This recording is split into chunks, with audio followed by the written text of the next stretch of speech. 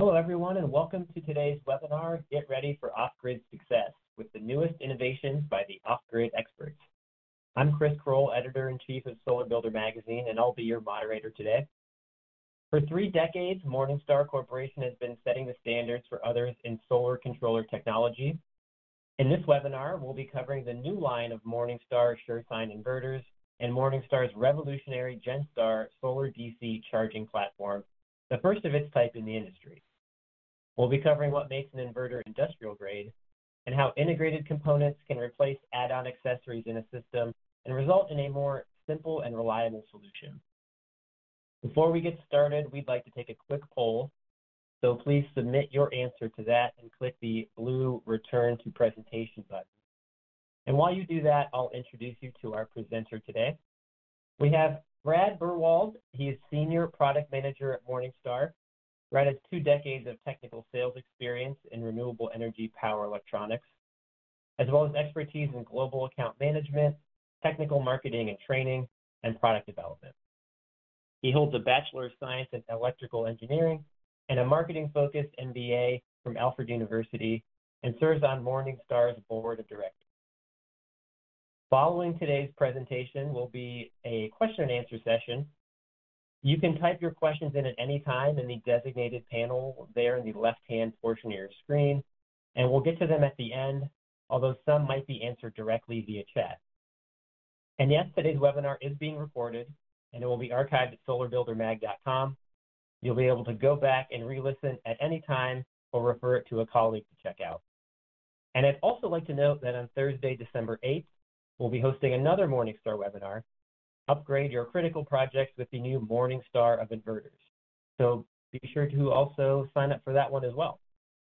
And I think that covers it for me. I will now turn it over to you, Brad. Okay.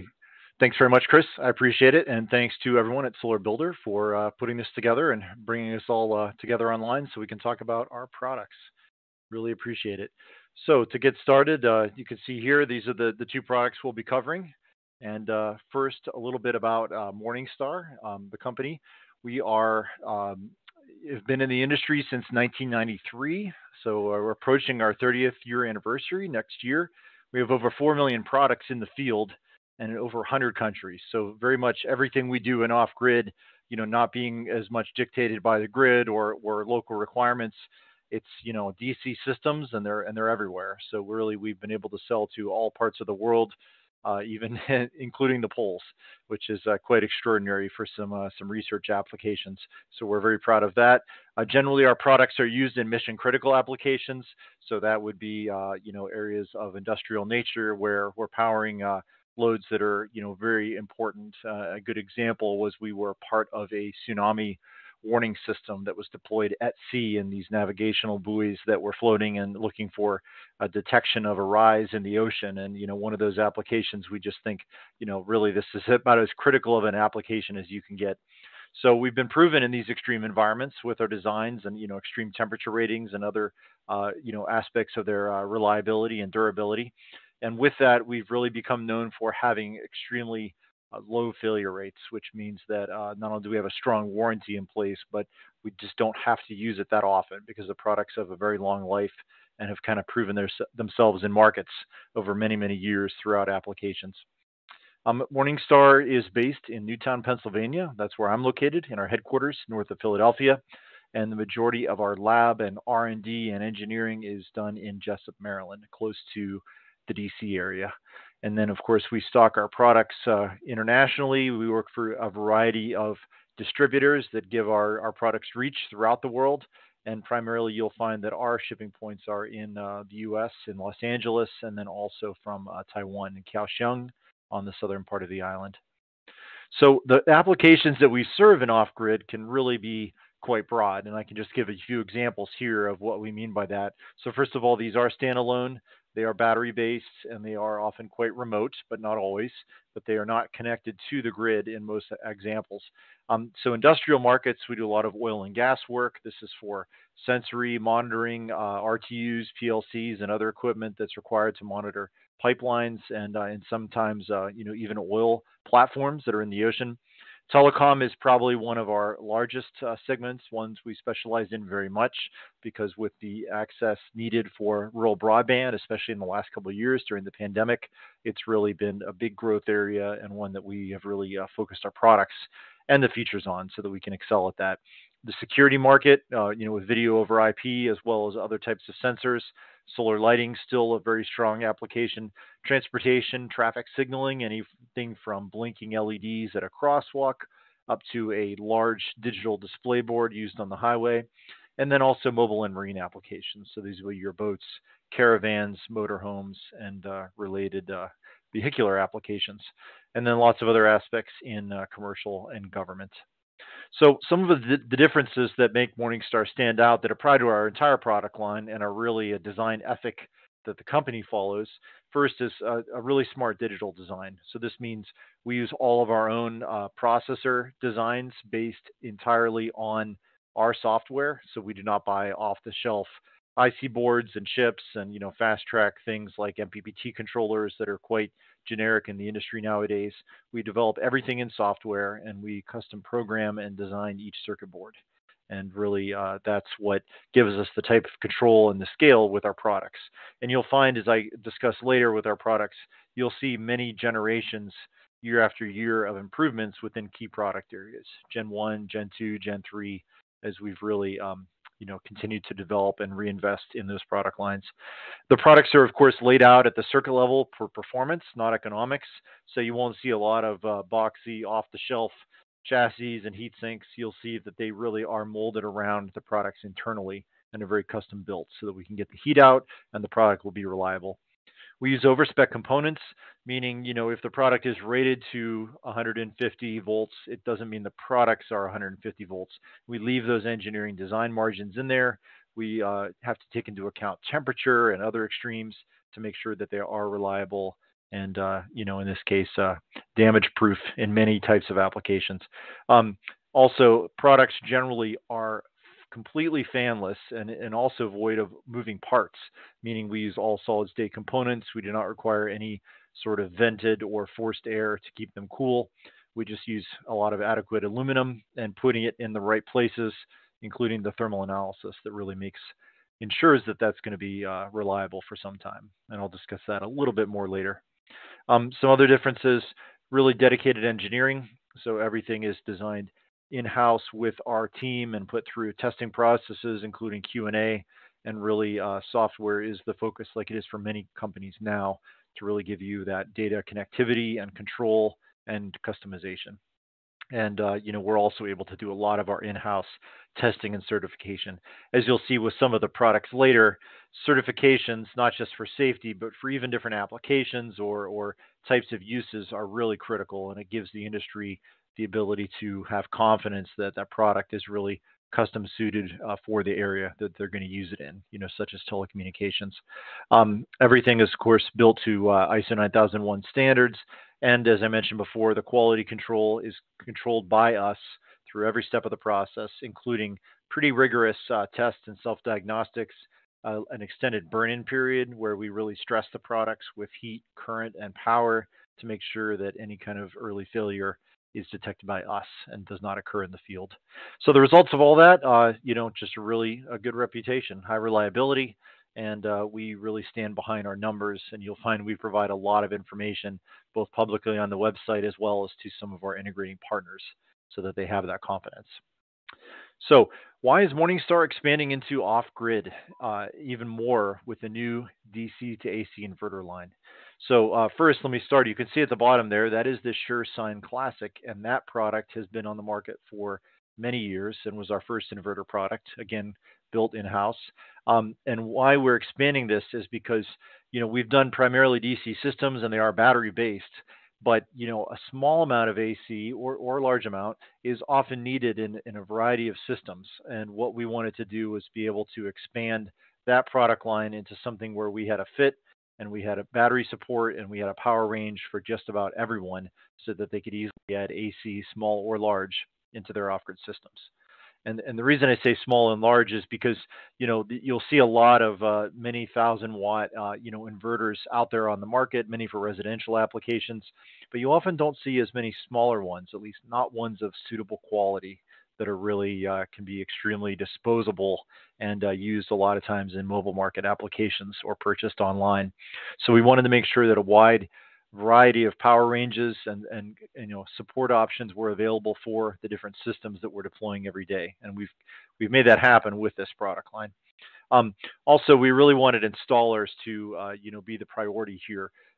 Those are system integrators and engineers and designers that are putting together pretty sophisticated packages, and we wanted them to feel like they didn't have a simple consumer product, but a professional one with the options and specs that they would expect. So for that reason, we expanded this product line greatly. And you'll see that, with this industrial focus, a big topic of today's webinar is that, those specs and features are quite greater, than you'll see from a lot of common products in the market. And they're even engineered with a lot of communications features. That's pretty much a hallmark of our products now, having strong communications. We've supported Modbus for many, many years, well before it was even used in a lot of the integrated systems, such as the SunSpec classifications that are out there. And those Modbus communications have served us well in industrial. And we've continued to add additional ones, such as SNMP, and even Ethernet on a lot of our products. So that type of system level communication is extremely important. And then a wide variety of output voltages as well. As I mentioned earlier, we are chasing a global market, so we wanted to make sure we had both 120 and 230 volt versions of our products available, but we even cover more specialized applications, such as 127, used typically in Brazil, or even 220 volt, 60 hertz, common in Brazil and even the Philippines. And most importantly, 12, 24, or 48 volt battery systems. You see a lot of small inverters at 12 volts, but not nearly as many at 24, and especially not at 48. And we really standardized this availability. So you can see here with our global reach, these are the models that are available: a 150, a 300, a 700, a 1000, 1250 watts, and 2500 watts. And then most of those have all three battery voltages, with more of a focus on 24 and 48 volts, just due to the sheer power there at the upper end of the line. All those voltages are available for those units in varying frequencies. And then what we've done specifically with the output is we've made available a variety of connections, both your typical outlets, a type B for the United States, or in the case of the international applications, a very standardized model that has a lot of different universal applications for outlets built into a single application. And that is what really gives it the global reach. But with all models, we also have a hardwire variation as well, even on the small ones. And that's for integrators that are doing any kind of custom built, AC circuitry in a cabinet, or they need to actually hardwire it and they don't want it to just have a simple outlet. So that hardwire capability we'll cover a little bit more later. So with the SureSine, here's a lot of the overall features that I'd like to talk about a little bit and what it brings and what makes it industrial in nature. So first is the overbuilt low frequency transformer. So we've gone kind of back to basics because it's what gets the job done, and that is with the low frequency transformer. So you have greater surge capability, just overall heavier, more robust design with a lot of kind of thermal mass that gives it those temperature ratings. It still does have standby functionality, so you can put it in a search mode, but in industrial markets, what's even more common is the ability to control it and turn it on off. Not just the output, but the inverter itself, because that gives you a greater capability to save power. As we mentioned, the fanless convection cooling is critical because that provides the ability for the inverter to run cool throughout a wide variety of temperatures, not overheat, be able to provide its full load power, even in an application such as in a desert location. And also with that, you also gain maximum efficiency. And we really have to get those two together. When you have a fanless design, your efficiency's got to be pretty high, because that loss otherwise would be converted into heat and it just wouldn't be reliable. So those kind of come together in a package. So as I mentioned, several different hardwire and outlet options. And we also have a lot of industry leading certifications. So these would be covering applications for telecommunications, of course, safety, such as UL 1741, and also to make sure that the inverter is quiet in its performance with EMC and FCC ratings so that you can get that noise down and make sure that your products, that your loads that you're running are going to, operate reliably and in a very quiet manner. We do offer remote control via a dry contact terminal. That is, a pretty straightforward feature, but one that a lot of inverters don't have, and it gives you the ability to shut the entire inverter down when the load is not needed so that you can save power. Because even an inverter with no load is still going to draw a fairly hefty self-consumption phantom load, and you can minimize that by turning them off.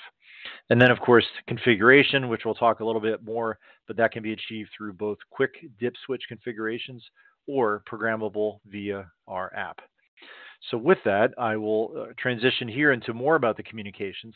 And what the SureSine offers is, first, your standard complement of industrial protocols and connectivity ports. So RS-45, USB on models 700 watts and up, Ethernet also on models 700 watts and up, a new proprietary communication protocol called MS-CAN. It's based on the CAN bus protocol, but is used for our devices to communicate with each other, so that when you combine an inverter and a charge controller together, that they can share information and work together in ways that enhance the system's effectiveness and capabilities.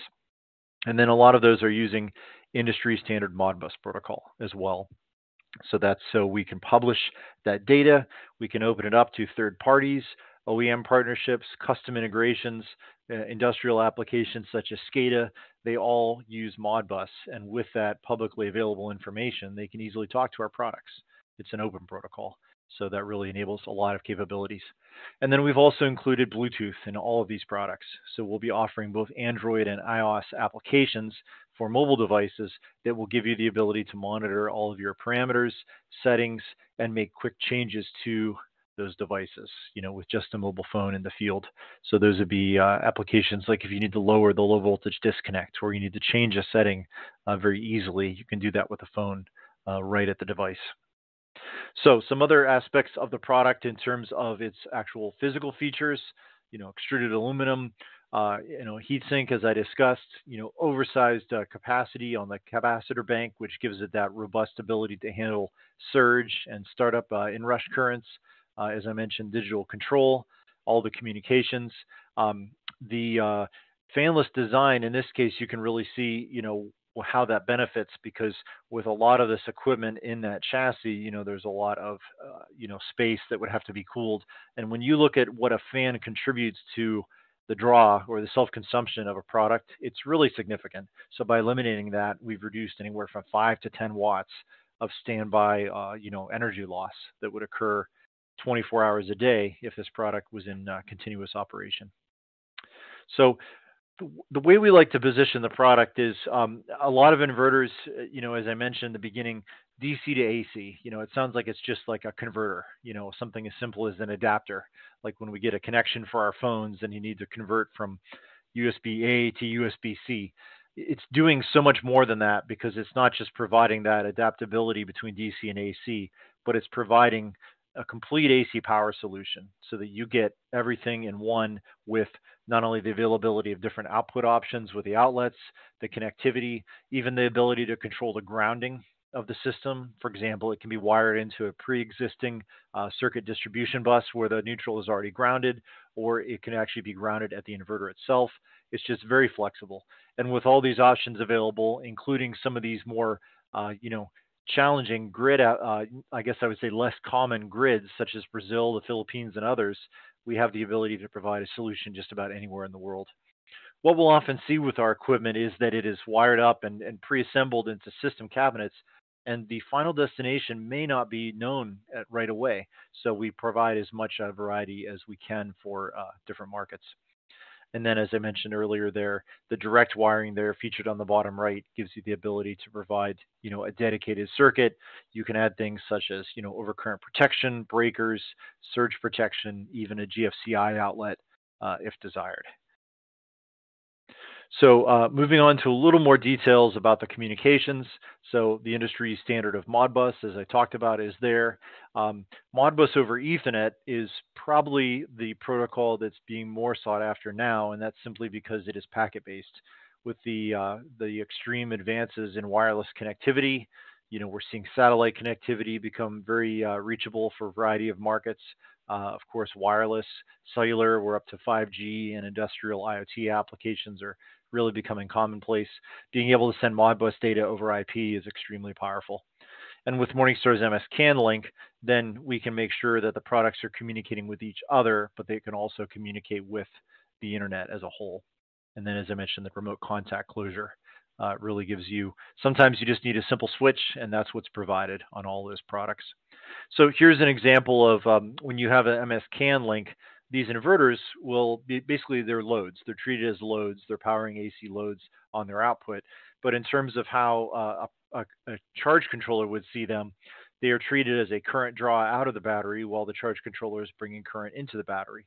So, measuring the amp hour flow, current in and out from the modules or to the loads, of course, handling the battery state of charge while all this is happening, you really need a system view of all the devices. And this CAN link gives us the ability to do that in a high-speed way, with plug-and-play connectivity, and it allows it to see all the devices on the network that are Morningstar devices, and that really simplifies that. And we'll be talking about the GenStar a little bit later, and you'll see some of those capabilities.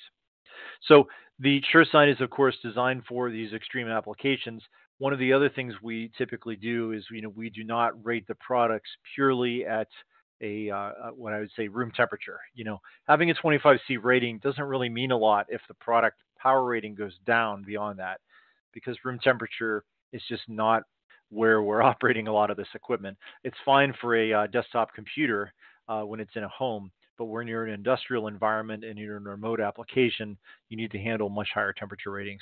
So that's why a lot of the products generally have the ability to reach their full nameplate rating.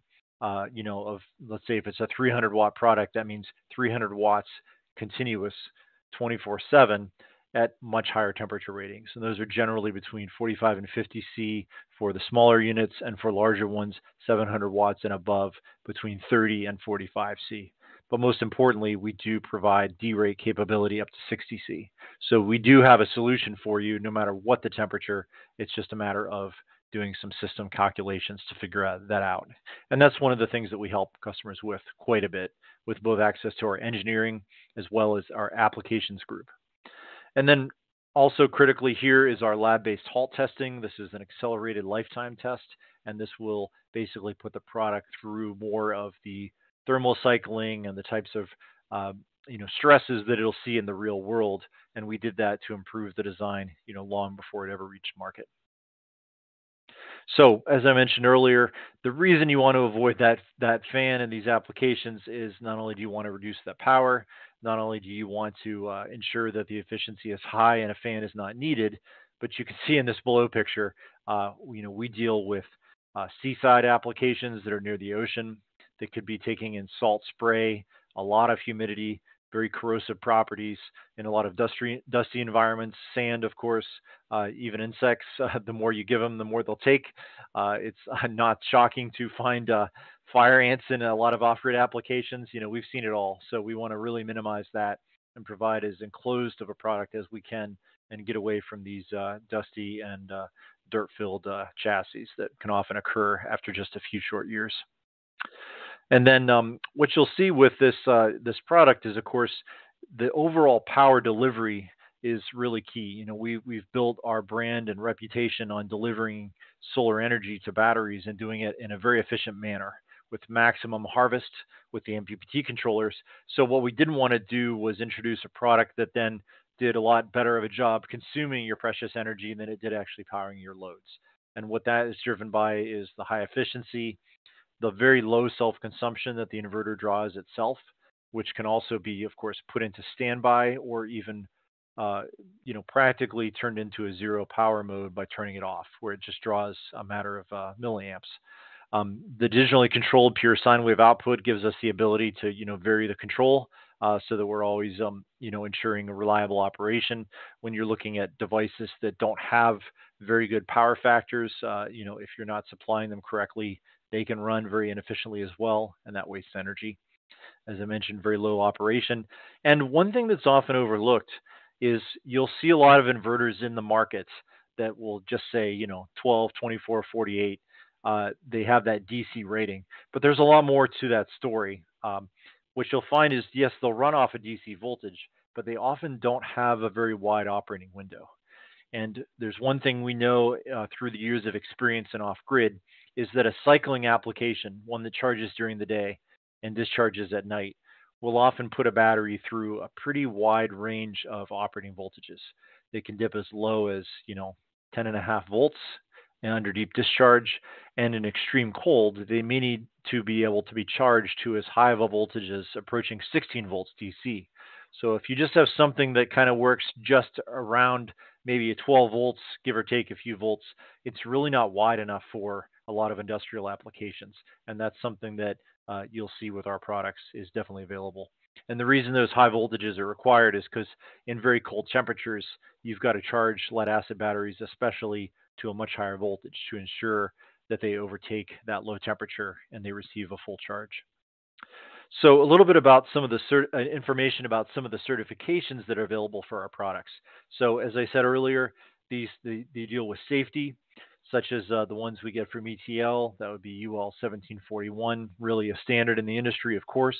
And then IEC for international markets, and that would be IEC 62109. But you need a safe product. It needs to be marked with these listings so that it can be sold all over the world. But we don't stop at just the minimum requirements. We also do industry-specific or application-specific certifications. And one that is available on some of the models is going to be UL 458, and that is a UL listing specifically for mobile and vehicular applications. And that's because they have different requirements than a home or a residence or an industrial application. And then beyond that, as I mentioned, our big focus is also telecommunications and IT equipment, networking, security cameras, a lot of very high-tech fields. And those really often are looking for either UL 6950 or 62368. And I know a lot of numbers flying out here, but each of these has a very specific list of requirements and a test process and a rigorous, sometimes even a factory audit that ensures they're built to these standards. And in the case of the SureSine, we wanted to apply all of these. So again, here's just a quick summary of overall specifications. Obviously, the data sheets and information available on Morningstar's website will allow you to peruse this with much more time available, but this gives you a quick look at a few notable features. One is their very sufficient 200% surge capability, so the ability to really start high draw currents and loads that require that upstart. That's where the capacitors and the transformer come in very handy, so that it can surge to twice of its nameplate rating. And if you look here, of course, -40 to +60 C, that is not always to full power, but it will be for at least to 40, 45 C, and then D-rate capability beyond that is available. 60 C is a very, very high temperature to have for an environmental rating. Peak efficiency, of course, starts in an already strong area. We've seen a lot of poor performers competitively that can get down there in the mid 80s. So we're showing strong efficiency early on, and then of course in the higher power ranges, very respectable numbers in the mid 90s.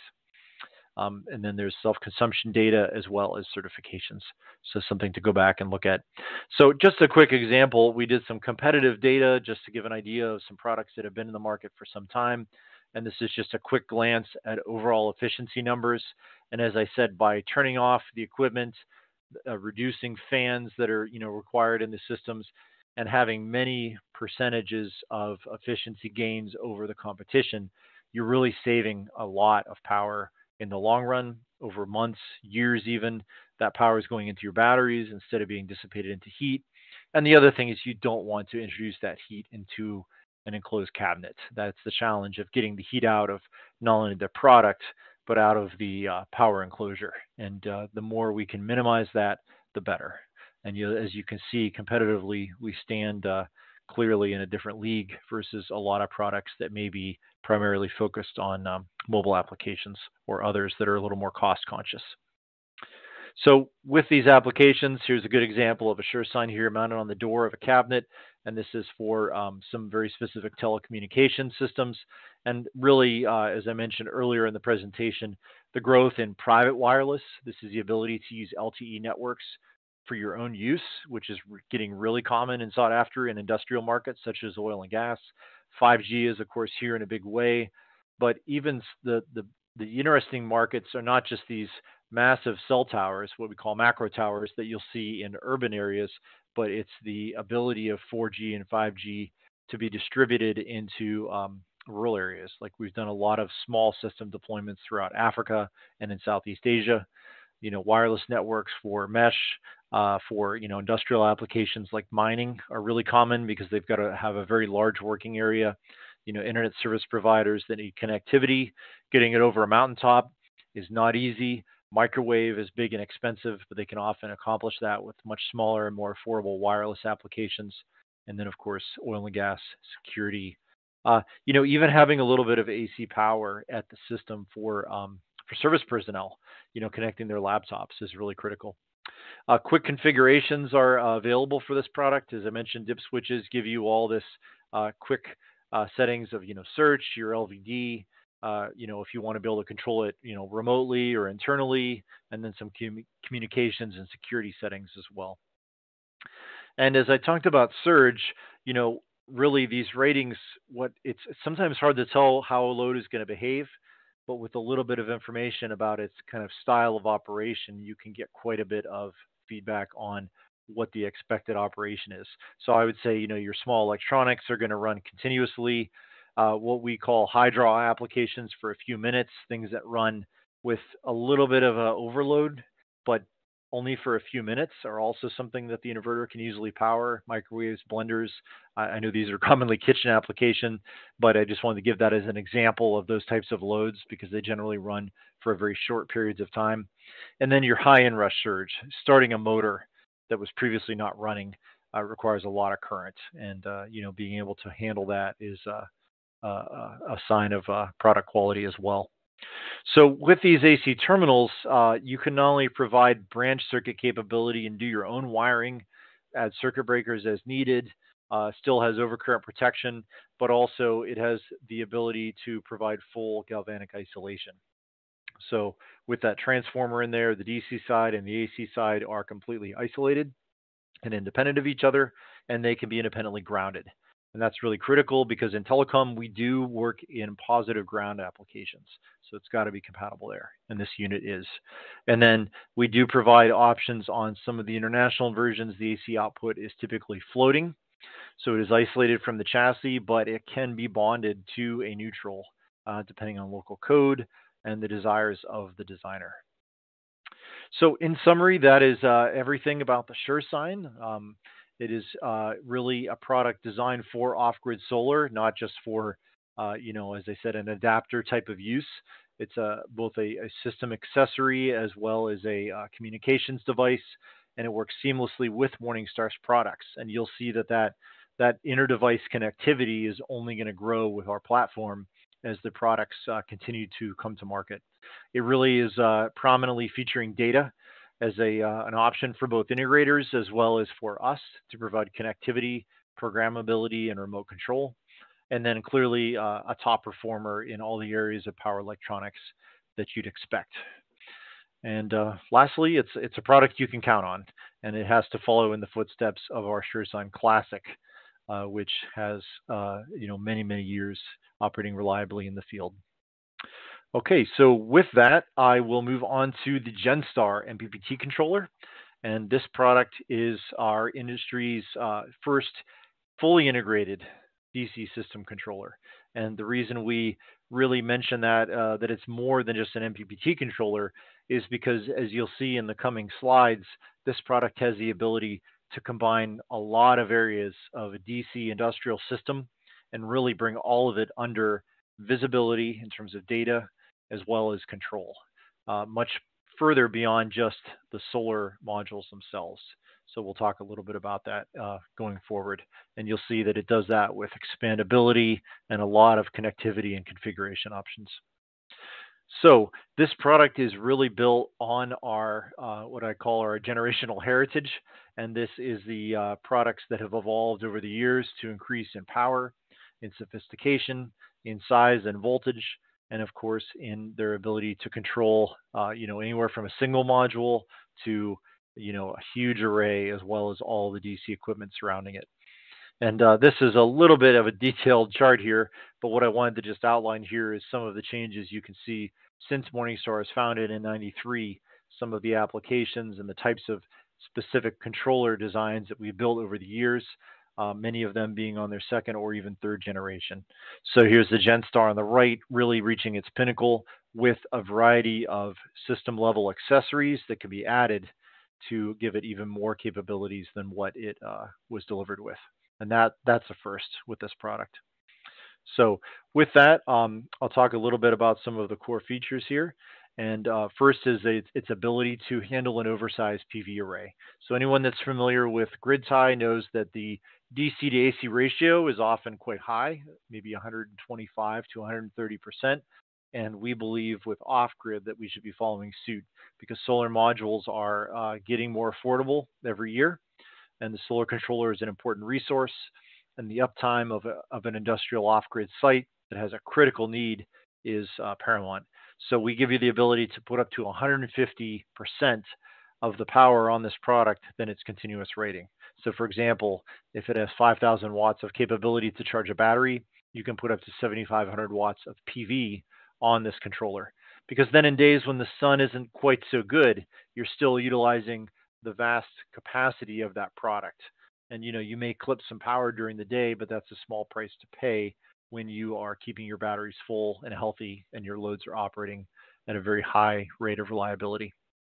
In addition to that, of course, best-in-class cooling, 99% efficiency on this product. Much higher efficiencies can be achieved with MPPT and DC to DC devices, and again, pure fanless design.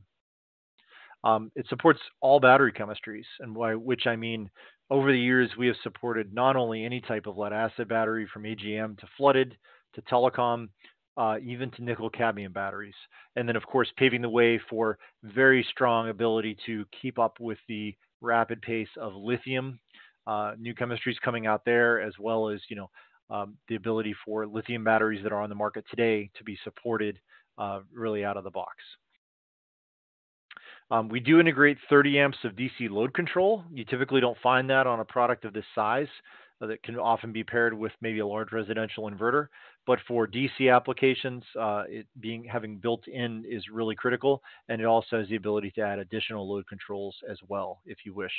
It comes in a 60, 80, or 100 amp output option, so that gives a lot of capacity, and it will definitely allow itself to be paralleled for even greater capacity.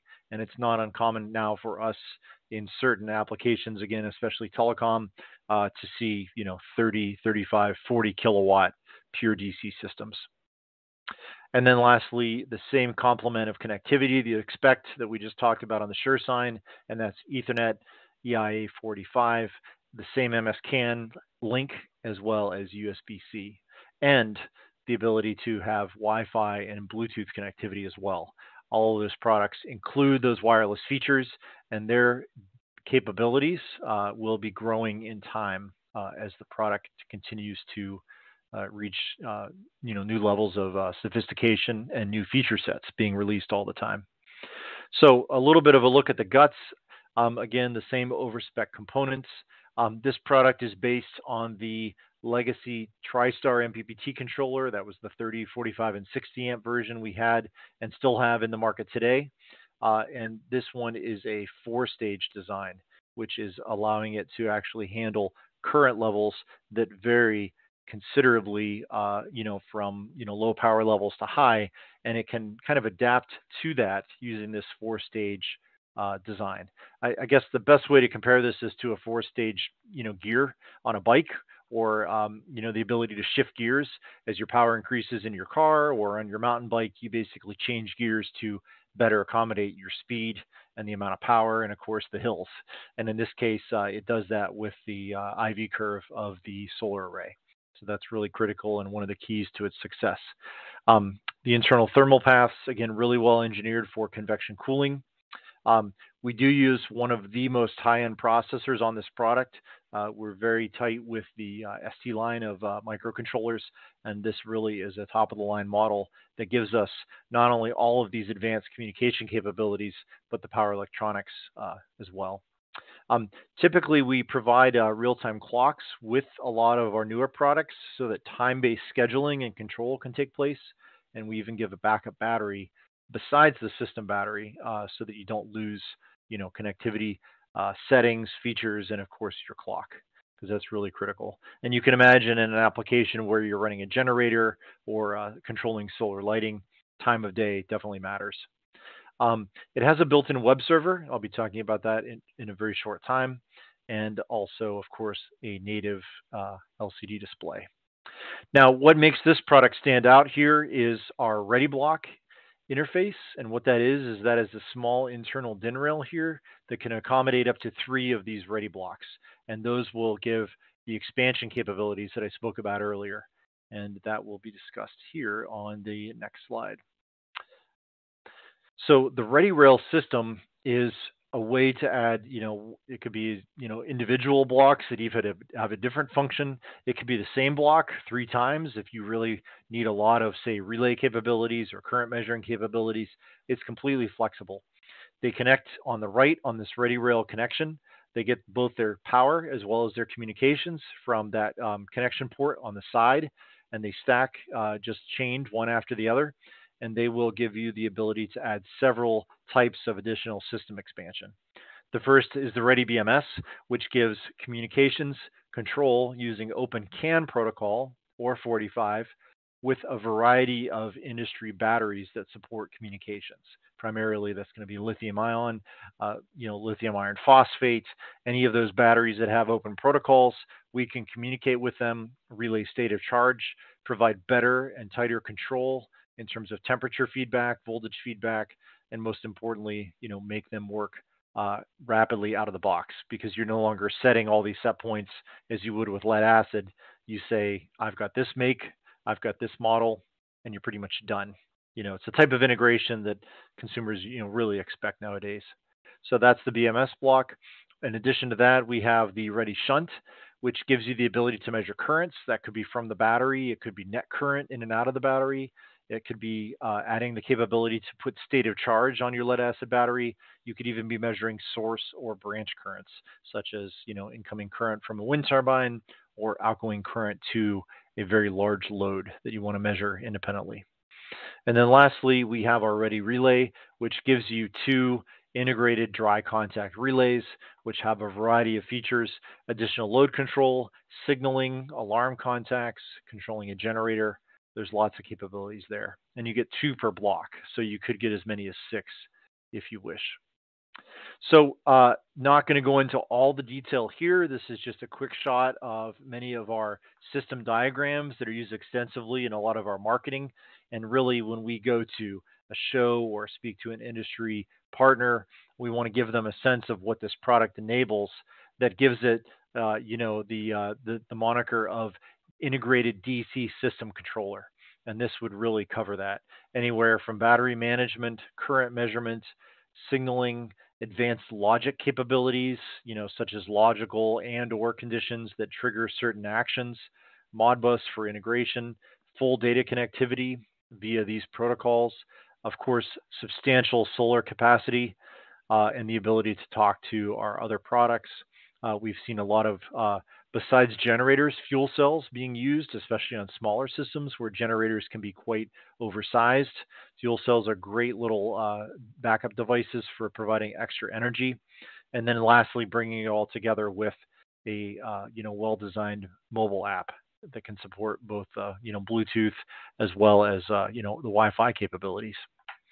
So the advantages of why you wouldn't just get a simple charge controller, but something that can actually bring the whole system together, is for many types of applications where you need total control.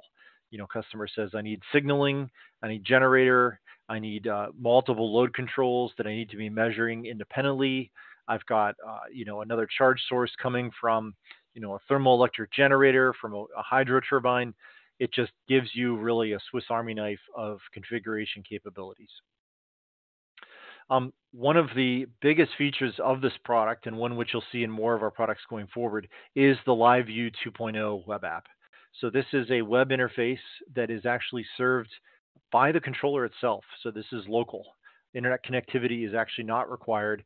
It's in much the way you configure your home router. You will get a very advanced modern web interface. It's considered responsive, which means you can use any browser from Apple to Android.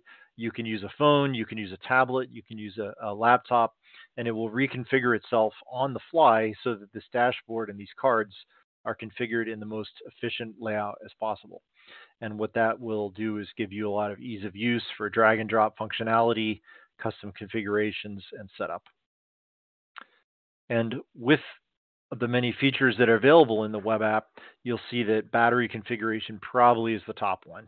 And we give you not only a variety of presets out of the box, but the ability to go in and custom program your settings and save them, internally or externally, so that you can reuse them. And with our integrating partners, they will often repeatedly use a variety of set points over and over again. Because what we love is to see a design where it goes from a pilot concept to a dozen in a bit of a first market rollout, and then next thing you know, hundreds of these units are being deployed, and they need to be repeatedly programmed in a very consistent and reliable manner. And that's where these custom configuration files come in handy. And then, of course, if you've got the BMS interface, the battery is pre-configured using the communications link, and you can even get into a live advanced settings, such as dealing with high or low temperatures, advanced charging stages. If your batteries are open lead acid batteries, you want to do an equalization cycle, you can go in and fine tune just about everything. You'll even see an advanced scheduler. This is where the real-time clock kicks in. And this is where you can put in sophisticated routines, much like your personal calendar. You can program timings for generator control, loads, quiet times, periods where loads will operate differently on the weekends instead of during the weekdays. There's a lot of information that can be put into the scheduler, and then you can combine that with conditional logic, such as you may say to run your generator only on the afternoons, Monday through Friday, but you may also say only run the generator if the battery is below a certain state of charge, so you're not wasting energy, or if there's insufficient solar resource available, like below a certain wattage threshold, you can run your generator. So all this conditional logic is very powerful. Okay, so with that, I will just kind of summarize. The GenStar is a DC system controller, and that means MPPT plus a variety of system control functions between the oversized array, its integrated load control options, which can be expanded, the customization capabilities, the meter display, as well as the mobile device support, and of course, advanced battery management that's going to serve you well today as well as into the future. One final comment is you should take a look at Morningstar's Energy Storage Partner Program, where we have a variety of really industry-leading battery partners that have worked closely with our applications team to come up with custom configuration files for not only lead acid, but the next wave of communicating lithium-ion batteries. So you can just go there, you get really strong documentation, you get the confidence to work with a partner that has these close ties to these battery manufacturers, and best of all, you get a product that knows what to do with those batteries, quickly and easily because of these custom configuration files. So with that, I will conclude the webinar. So thank you very much, and I can go ahead and defer back to Chris, who can rejoin us, and he can head up the question and answer session. Thanks. Great. Thanks, Brad. Wow, really awesome in-depth stuff. That was one of our better webinars of the year, I feel like, for getting into the weeds. So appreciate that.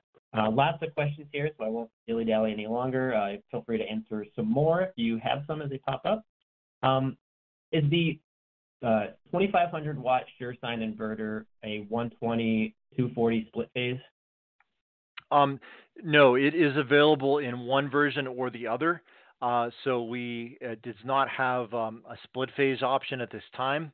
But one of the reasons that we integrated the MS CAN architecture there, that's the CAN bus link, the proprietary one, is not only does it give us the ability to communicate with other devices, it would certainly have the speed and capability to allow inverters to communicate with each other for either power or frequency synchronization, as well as expandability. So not a feature today, but hopefully sometime in the future. Got it. And so kind of the follow-up on that, can you use two 120 volt inverters to get a 120 240 volt, like for example, connecting to a small house distribution panel with a transfer? Yeah, not in this case. It does not have transfer like AC switching capability like a UPS or a pass-through. It's a pure off-grid inverter. And again, two can definitely be used at a site, but not in a combined, what we would call stacked manner, where you're doing split phase operation 120, 240, because you really need that frequency synchronization, and that's not a feature at this time. Got it. What is overload protection, breaker or fuse? Well, we have two things. One is we do have, of course, electronic overcurrent protection. So with that tight control with the inverters, they can do a sustained overload and definitely handle surges as well. But anything beyond that capability that might cause it to sustain damage, we will do an electronic overcurrent protection. And then there are also internal fuses that are used mostly for DC reverse polarity protection, because that's something that you really can't protect from very easily electronically. So the fuses will enable it to minimize any impact. So we use both. Got it. Let me see. Lots in here. I'm trying to prioritize some of these. If you have a generator system, the GenStar can tell it when to start and shut off. But how is the AC rectified to DC to charge batteries? Okay, well, in that case, what we often will do is we will give the logic control of the generator to the solar controller, in this case the GenStar, because it has the most visibility into what's going on. You are correct in that you do need an AC to DC charger. So that would either be rectifier modules such as those used in telecom, or another, and possibly an inverter charger that's being used in the system. It is important to note we actually have worked with DC generators that produce direct DC themselves, so that's not actually needed. But yeah, that is a part of the system that would need to be included. And with that, we can, manage basically the timing and the schedule and the delivery of that energy, but that charger would need to be added to the system. All right. Got a great seminar here. Beside the 12, 24, 48 capabilities, how does the new SureSine 300 differ in specifications from the older 300? Oh, I would say from the older classic SureSine, that product had very basic Modbus capabilities, really more almost just for us to be able to firmware update the product and some simple diagnostics. The new one has much more extensive data capabilities. It is actually, the new SureSine is a full digitally controlled, meaning the SureSine, the sine wave of that product is digitally controlled. It's not like a feed forward analog type of style design. So much more clarity, low noise, low THD or total harmonic distortion, and also a variety of, I would say, kind of system accessories. So we are hoping to provide, kind of a comparison between the two for those that are curious. But I would say it's really not just a incremental increase. It's really a major generational improvement on that product. And I was waiting for this one. Can you talk about pricing and availability? For pricing, that's not something I can discuss on the webinar. I'm in the product group and necessarily not the sales group. However, generally Morningstar does provide list pricing availability or MSRP on our website. So I would defer to that, or you can definitely reach out to us at sales@morningstarcorp.com to be put into contact with someone. And what you'll see is that having been launched, these products will be appearing through a variety of wholesale distributors, integrators, and online resellers that specialize in off-grid products. So there should be pricing available there as well. And then what is the expected lifetime, what is the lifetime expected on these big capacitors?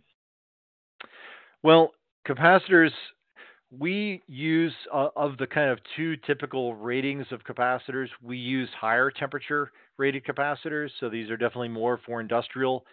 I would have to see their specs to really give a good answer on that. But I'll tell you, it varies a lot based on temperature, based on how hard they're used, things like ripple that sometimes can't be known ahead of time.